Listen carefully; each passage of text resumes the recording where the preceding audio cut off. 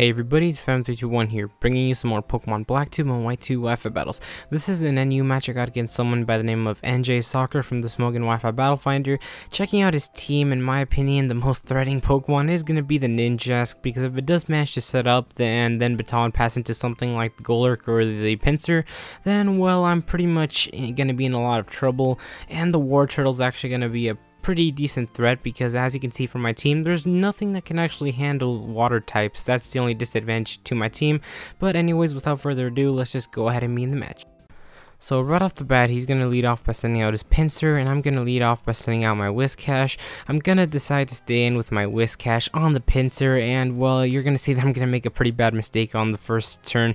He's going to go for the X-Scissor, and the X-Scissor is going to do a decent amount of damage to my Whiscash, and I decide to go for the Earthquake, and I forgot that Pinsir does resist the Earthquake, so that was a very stupid play on my part. I'm going to decide to stay in, and he's going to go for the Stone Edge, predicting me to switch, and well, I am going to take the Stone Edge quite nicely. So I'm just going to go for the Waterfall, and the Waterfall is going to do a bit more than the Earthquake did, so that's pretty good. Now he's just going to go for the X-Scissor, and well, that's going to be the end of my Whiscash, and well, that's kind of unfortunate. The Moxie does kick in here, but I have no problem with that, because I have other Pokemon that can outspeed that Pinsir, like my Emboar and my Swallow. Gonna go send out my Emboar, and well, he's going to go for the Quick Attack, and after the Moxie, that's going to do a lot of damage. Now I'm just going to go for the Flare Blitz, and well, that's going to be the end of his Pinsir. So now he's going to have to send out his next Pokemon. I'm glad that I took out the Pinsir on the first turn, or really early on the match, because, well, that Pinsir was a huge threat to my team. Anyways, he's going to send out his Wartortle, and I'm going to switch out and send out the Wartortle of my own, and, well, he's just going to switch out into his next Pokemon, which is going to have to be his Probopass, and, well, now I'm just going to go for the Toxic, and, well, he avoids the Toxic, and now he's going to go for the Thunder Wave, and now my Wartortle is going to get paralyzed, but as you're going to see in this match, I get really lucky, because I rarely get the Parahacks. He's gonna go for the Stone Edge, and well, I'm just gonna go for the Scald. I know Probopass is really bulky, but I'm hoping that Scald does a decent amount of damage, and well, it did a pathetic amount of damage, I'm not gonna lie. But this Wartortle is gonna end up being a huge threat to his team. He's gonna go for the Volt Switch, and thanks to the Eviolite, the Volt Switch isn't gonna do too much damage from the Probopass. So now he's gonna send out his next Pokemon, which is gonna be his Golurk. I'm not actually too worried about the Golurk. I'm just gonna go for the Toxic, and that's good that I got this thing poisoned, because if he does decide to go for a substitute, then the poison stall will eventually rack up on him, so it's always good to poison this thing. Now he's going to send out his next Pokemon, and it's going to be back out to his Probopass. I'm not actually sure what he was thinking at this point. I'm just going to go for the Scald, and the Scald isn't going to do that much damage, but I did get the burn, so that's always useful that I did get the burn.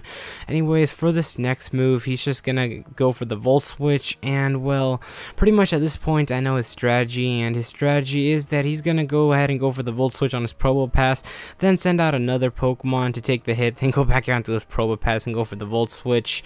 I'm not actually sure if that's gonna be the most effective strategy to take down my, well, Wartortle, but whatever. I'm just gonna go for the Rapid Spin at this point, just to get rid of the Stealth Rocks, and well, he's just gonna go for the substitute, and well, this is gonna be kind of threatening. I'm hoping that my Wartortle, or I'm hoping that I get really lucky and the Parahacks doesn't kick in. Otherwise, this NjSoccer will basically set up, but I do have the Haze now that I think about it, so it won't actually matter. I mean, right here, his Speed Boost ability is gonna kick in. He's gonna go for another substitute, and well, one of these turns I am gonna go for the Haze. I'm just gonna go for the Skull just to break his substitute, just to kind of weaken the NjSoccer a little bit and make it waste its health on the substitute. And as you can see, I'm getting really lucky, because I have not been paralyzed for one turn so far, so that's really good. Now his Speed Boost ability is going to kick in, and well, for this next turn, he's going to go for the substitute, and I believe on this turn, I'm just going to end up going for the Haze. The reason I went for the Haze was just so I can get rid of the Speed Boost that he already had, so that's always a good idea to go for it. For these next couple of moves, they are going to end up being a bit questionable on my opponent's part, as you're about to see here. He's going to Baton Pass, and well, he's going to Baton Pass into his next Pokemon, which is going to go ahead and be his Probopass.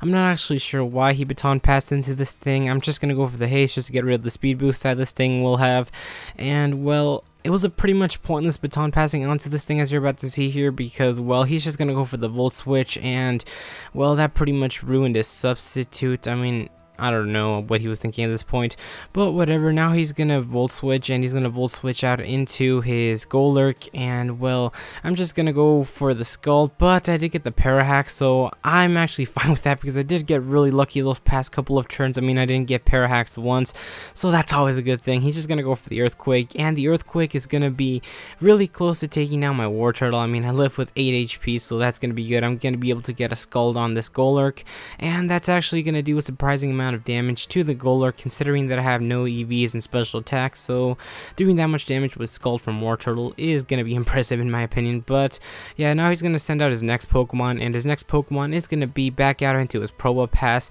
I'm just going to go for the Scald, and the Scald is going to do a decent amount of damage to his Probopass. I mean, this thing is bulky, but whatever. I'm glad that the Golurk and the Probopass are both really low on health, and well, this match he's really struggling to take down my Wartortle. I mean, the Wartortle, it was going to be the most threatening Pokemon on my team apparently, because he's pretty much, or actually his team doesn't have a good strategy to take down my Wartortle, but whatever. I don't actually have a decent strategy on taking down the Wartortle of his own, but whatever.